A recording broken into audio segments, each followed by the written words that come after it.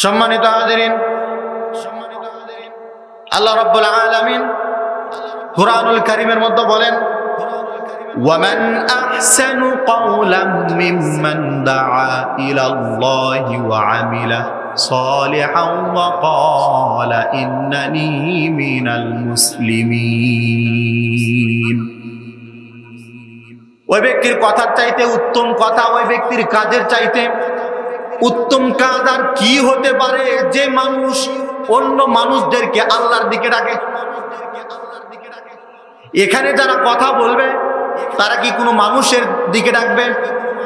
একটু আমার সাথে কথা বলেন সবাই। এখানে যারা আসবে কথা বলতেছে তারা কি আপনাদেরকে কোনো মানুষের নীতির দিকে ডাকতেছে? মানুষের কোনো নিয়মের দিকে ডাকার জন্য আসছে? কার দিকে? কার দিকে? তো আল্লাহ রাব্বুল আলামিন সেই কথাই বলতেছেন, ওয়ামান আহসানু ক্বাওলাম মিম্মান দাআ ইলাল্লাহি ওয়া আমিলা সালিহান ওয়া ক্বালা ইন্নানি মিনাল মুসলিমিন। ওই ব্যক্তির কথার চাইতে কাজের চাইতে উত্তম কাজ আর কথা কি হতে পারে যারা মানুষদেরকে আল্লাহর দিকে ডাকে। আর এখানে যারা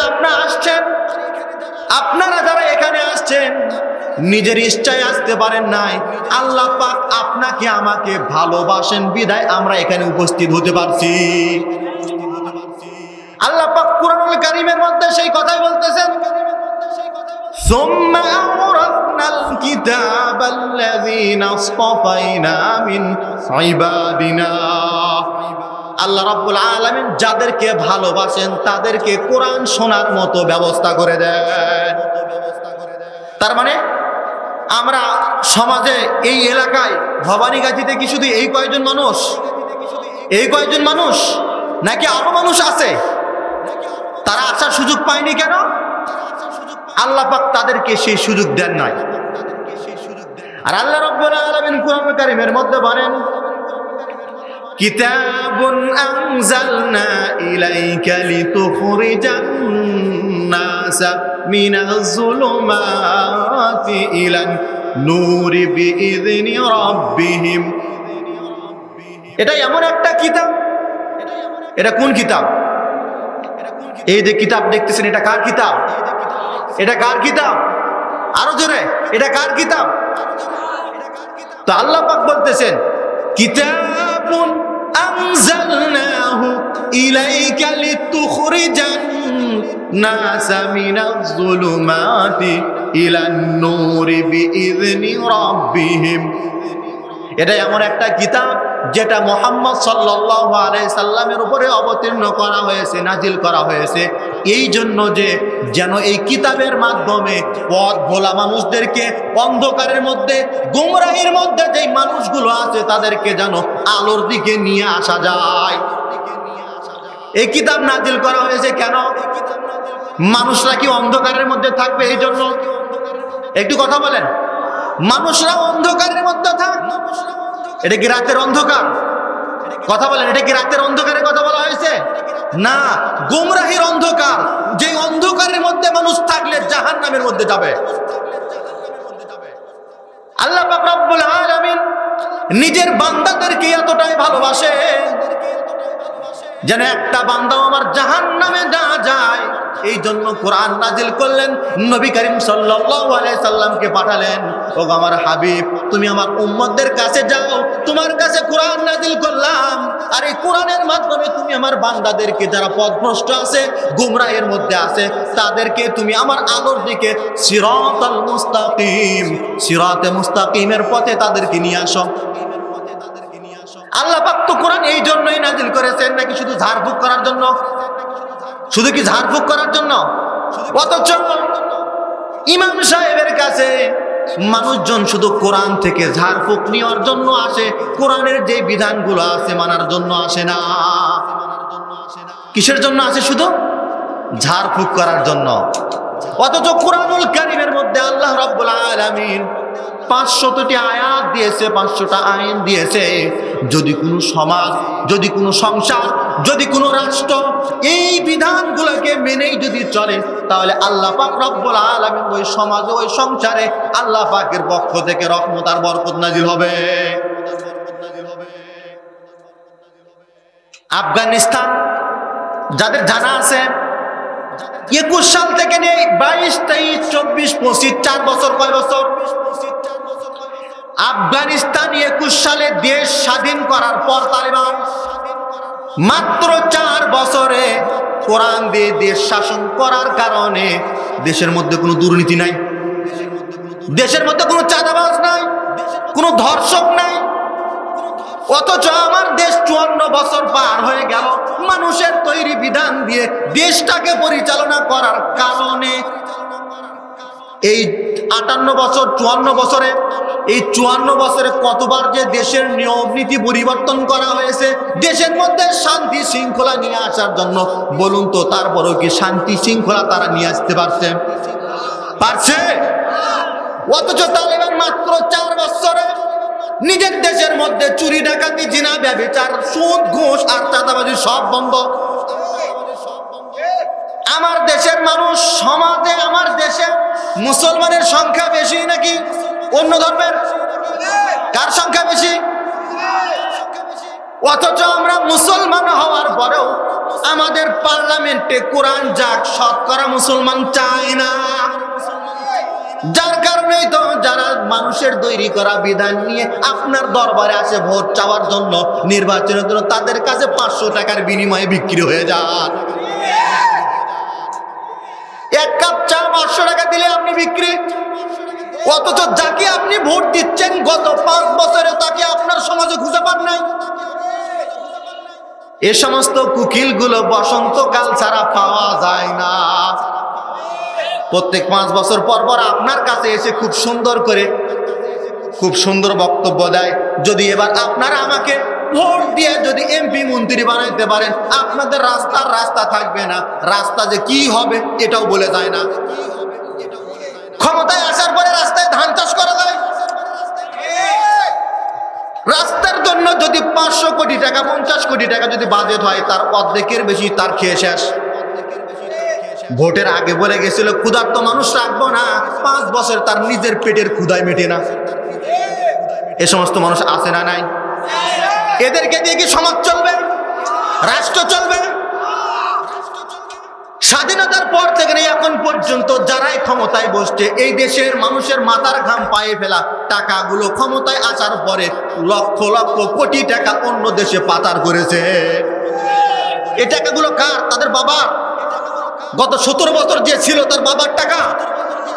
1 থেকে 6 সাল 5 সাল পর্যন্ত যে ছিল তার কি বাবার টাকা?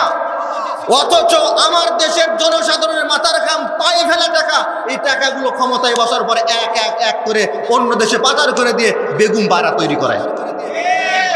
আপনারা কি এদেরকে আবারও ক্ষমতায় চান? এদেরকে ক্ষমতায় চান? আপনার সামনে আসবে, ধান নিয়ে আসবে, নৌকা নিয়ে আসবে।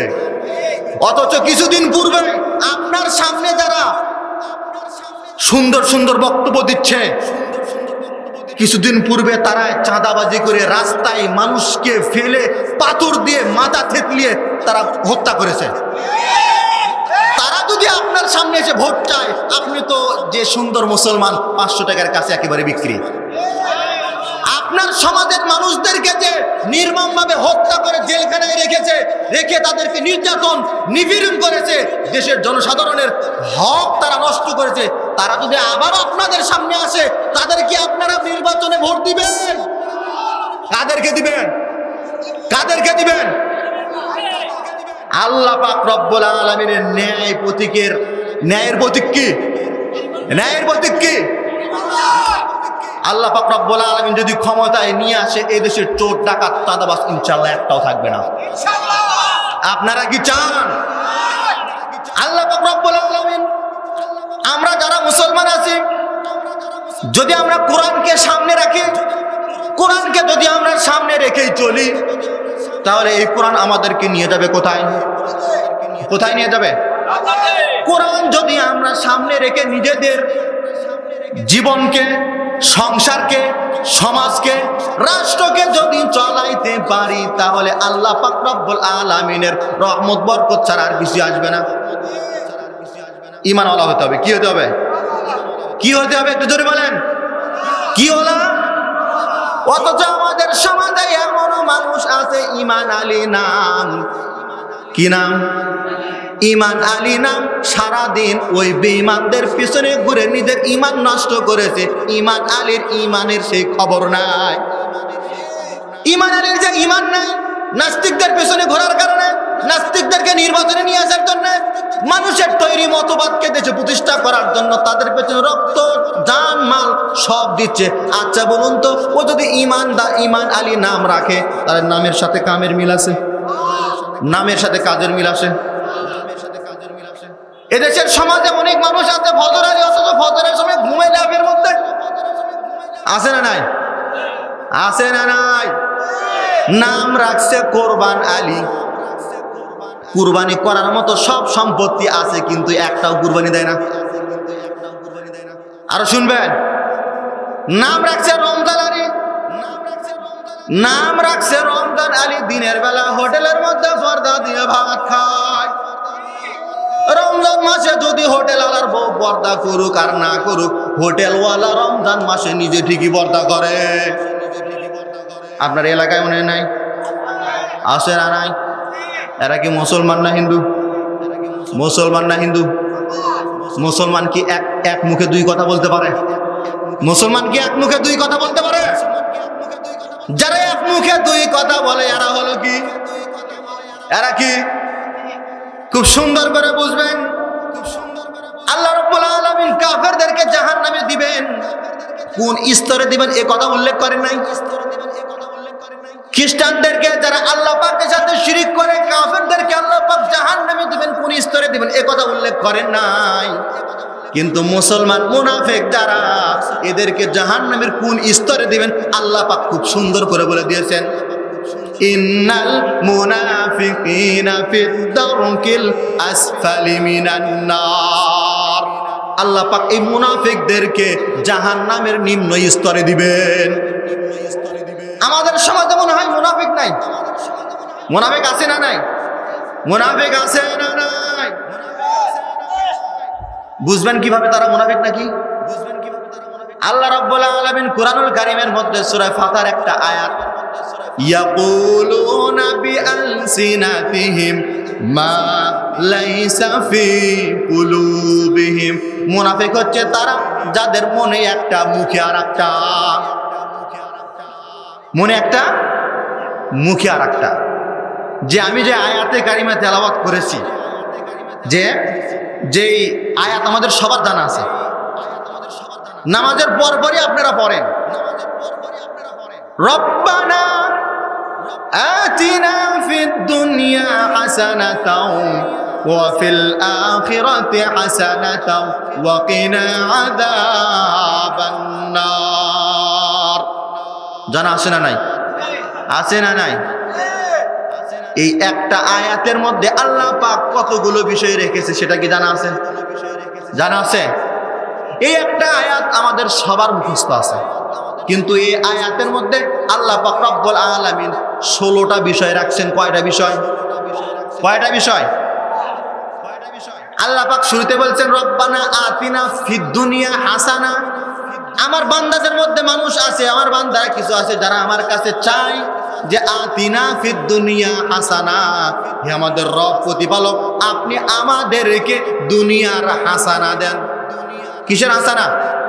বলেন না, কিসের হাসানা আমরা চাই? আমরা শুধু দোয়া করি, কিন্তু চাই কি? এটা তো জানা নাই। জানা তো লাগবে নাকি? জানা লাগবে না?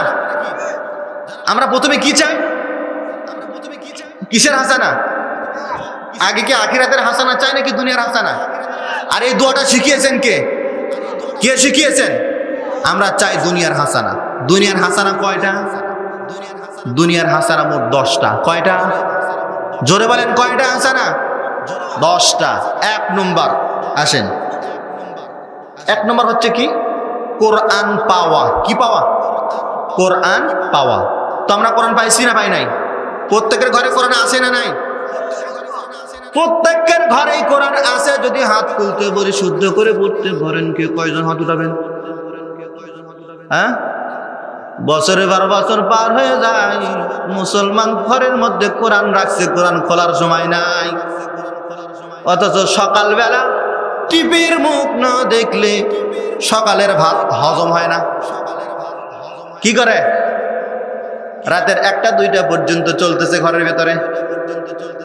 হিন্দুদের বাড়ির পাশ দিয়ে গেলে সকালবেলা কিসের শব্দ শোনা যায় বলেন? ঘন্টার শব্দ আর উলু দেওয়ার শব্দ শোনা যায় কিনা? শোনা যায় কিনা? তারা সকালবেলা কি করে? তাদের প্রার্থনা করে, তাদের ইবাদত তারা করে। কিন্তু কথা হলো, কিছু মুসলমানের ঘরের পাশ দিয়ে গেলেও সকালবেলা উলু আর ঘন্টার শব্দ শোনা যায়। কেন শোনা যায়? কারণ সকালবেলা ওই যে টিভি চ্যানেলগুলো দিয়ে সকালবেলা থেকে তাদের ইবাদত শুরু। মুসলমানের ইবাদত সকালবেলা থেকে শুরু কি দিয়ে? টিভির নাচ আর গান দিয়ে। তাহলে যে কথাটা বললাম আপনাদেরকে, কোরআন আমরা যে দুনিয়ার হাসান আল্লাহ পাকের কাছে চাই, তার প্রথমটা কি বলেন না? তার প্রথম কি? কোরআন পাওয়া। তো যদি আমরা কোরআন পাই, তো আল্লাহ পাক বলতেছেন সূরা বাকারার 121 নম্বর আয়াত, আল্লাহ পাক বলতেছেন الذين آتيناهم الكتاب يتلونه حق تلاوته। আপনি যে কোরআন পাইছেন তার চারটা জিনিস আপনার মধ্যে থাকতে হবে। আপনি যে কোরআন পরিপূর্ণ পেয়েছেন, কোরআনের হক, আল্লাহ পাক বলতেছেন আল্লাযীনা আতাইনাহুমুল কিতাবা ইয়াতলুনাহু হাক্কা তিলাওয়াতি। আমি যাদেরকে কোরআন দিয়েছি, এই কোরআনের হক আদায় করে যারা তেলাওয়াত করবে তারা কামিয়াব হবে। তারা কি হবে? হক কয়টা? 4টা। কোরআনের হক কয়টা? একটু কথা বলেন, কোরআনের হক কয়টা? 4টা। 1 নম্বর আসেন, কোরআন কি করে পড়া? শুদ্ধ করে পড়া। কি করে পড়া? 1 নম্বর হচ্ছে কোরআন শুদ্ধ করে পড়া, যেটা শুরুতেই আপনাদেরকে বললাম। যদি হাত উঠাইতে বলি অধিকাংশের হাত উঠবে না, অথচ বয়স 40 বছর 50 বছর হয়ে গেছে, মুসলমান বলে দাবি করলেও কোরআন শুদ্ধভাবে পড়তে পারে না। আপনার বয়স 40 হয়েছে তো কি হয়েছে? আপনার বয়স 60 হয়েছে তো কি হয়েছে?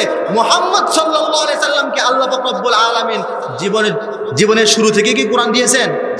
কত বছর বয়সে? 40 বছর বয়সে আল্লাহ পাক রব্বুল আলামিন নিজের হাবিবকে প্রথম সবক দিয়েছেন কোরআনের। আর আপনার বয়স 30 বছর 40 বছর হয়ে গেছে, আপনি লজ্জায় শরমে আলেমদের কাছে আসতে পারেন না, হুজুরের কাছে আপনি আসতে পারেন না। কিন্তু হুজুরের ভুল ধরতে মানুষ ঠিকই আসে। আব্দুল্লাহ ইবনে উবাই মুনাফিকের সর্দার। কার সর্দার? মুনাফিকের সর্দার।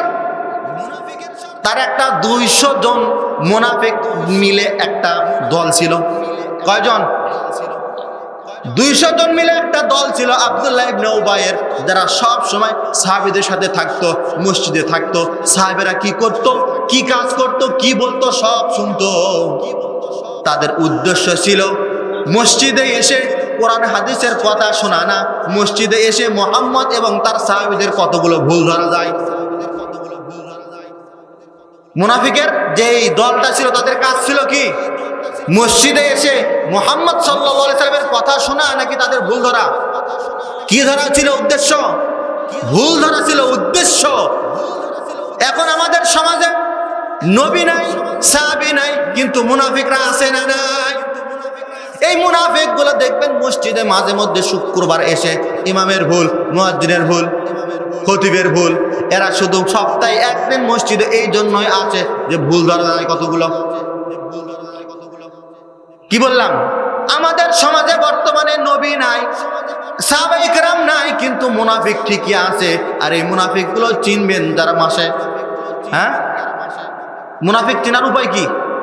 ইযা হাদাসা কাযাবা ওয়া ইযা ওয়াদা আখলাফা ওয়া ইযা তুমিনা খানা। যারা কথা বলতে মিথ্যা বলে। কথা বলতে কি বলে? মিথ্যা বলে। যাদের কাছে আমানত রাখলে সে আমানতের খিয়ানত করে। যারা ওয়াদা করলে ওয়াদার ভঙ্গ করে, ওয়াদার ভঙ্গ করে। যে কথাটা আপনাদেরকে বলতেছি যে কোরআন পাওয়া, তার প্রথম কোরআনের হক আদায় করার প্রথম নম্বর কি? প্রথম কি? কোরআন পাওয়া, আমরা কোরআন পাইছি কিনা খুব ভালো করে জানি। কোরআনের সম্মান এই পরিমাণ যে আমরা দেই, কোরআনের ঘর থেকে কোরআন বের করে অন্য জায়গায় রাখি, যে ঘরের মধ্যে টিভি থাকলে তো আর কোরআন রাখা যাবে না, এই জন্য কোরআনকেই ঘর থেকে বের করে দিয়ে টিভিকে রাখা হয়। এমন ঘর আছে না নাই? কিন্তু আপনারা সবাই বললেন কোরআন ঠিকই আছে। এরপরে দ্বিতীয় নম্বর কি? কোরআন শুদ্ধ করে পড়া। কি করে পড়া? কোরআন শুদ্ধ করে পড়া। দ্বিতীয় নম্বর হইতেছে কোরআন বুঝে পড়া। কি পড়া? কি পড়া? বুঝে পড়তে হবে। কোরআন যদি আমরা বুঝে না পড়ি, তাহলে আমাদেরকে বিভিন্ন সময় বিভিন্ন দিক থেকে শয়তানের বাহিনীরা আমাদেরকে ধোঁকা দিবে। আল্লাহ পাক রব্বুল আলামিন সেই কথাই বলতেছেন, ওয়ালা ক্বাদ ইয়াসসারনাল কুরআনা লিযিকরি ফাহাল মিন মুদ্দাকির। কোরআন একেবারে আল্লাহ পাক সহজ করে দিয়েছেন। কোরআন কি একেবারে আল্লাহ পাক সহজ করে দিয়েছেন। যদি কোরআনের সাথে আমাদের মহব্বত থাকে, ভালোবাসা থাকে, তাহলে আল্লাহ পাক আমাদেরকে ঠিকানা কোথায়? আমাদের যদি কোরআনের সাথে ভালোবাসা থাকে, কোরআন অনুযায়ী যদি আমাদের জীবন পরিচালনা করতে পারি, তাহলে আল্লাহ পাক আমাদেরকে রাখবেন কোথায়? জান্নাতে। একটা ঘটনা বলি, হিন্দুস্তানের একটা ঘটনা,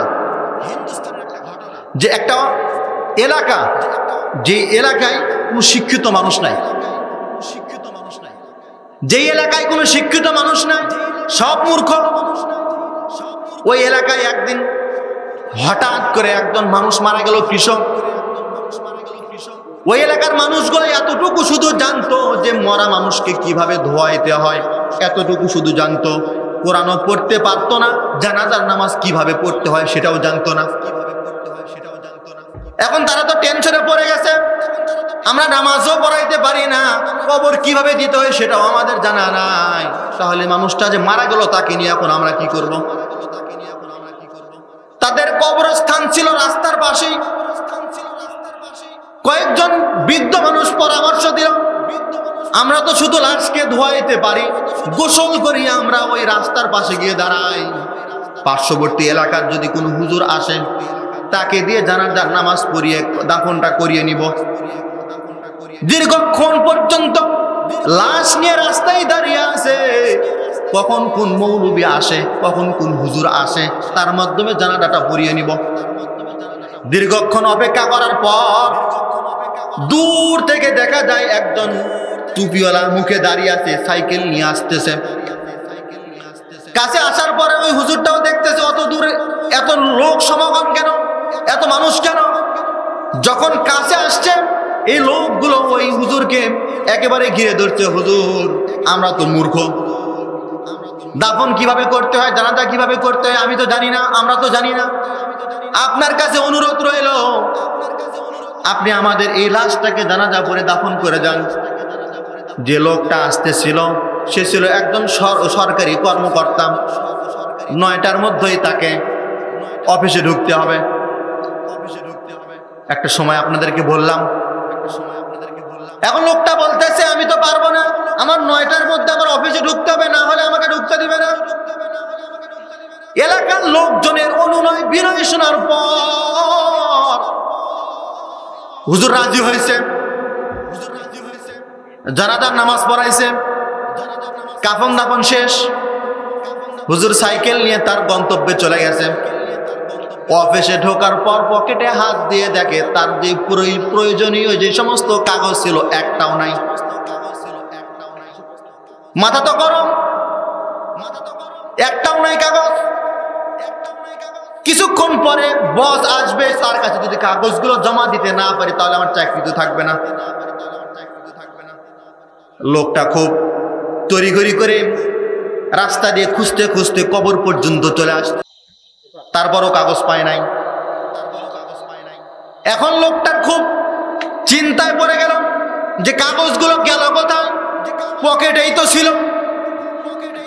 দীর্ঘক্ষণ চিন্তা করার পর খেয়াল আসলো, আমি যখন লাশটাকে নিচে নামালাম, কবরের মধ্যে নামাইলাম, নামানোর পর আমি তো হেলে গিয়েছিলাম, ঝুঁকে গিয়েছিলাম, হয়তো ওই সময় আমার কাগজটা পড়ে গেছে। তখন ওই হুজুরটা যে এলাকার মানুষরা জানাজার করার জন্য আসতো ওই এলাকায় চলে গেছে। যাওয়ার পর লোকজন দেখে বলতেছে, হুজুর আপনি তো একটু আগেই চলে গেলেন, খুব তাড়াহুড়া দেখি আবার কেন আসলেন? যে কথাটা বলতেছিলাম, মিনাল বায়ানি মা লাম ইয়ালাম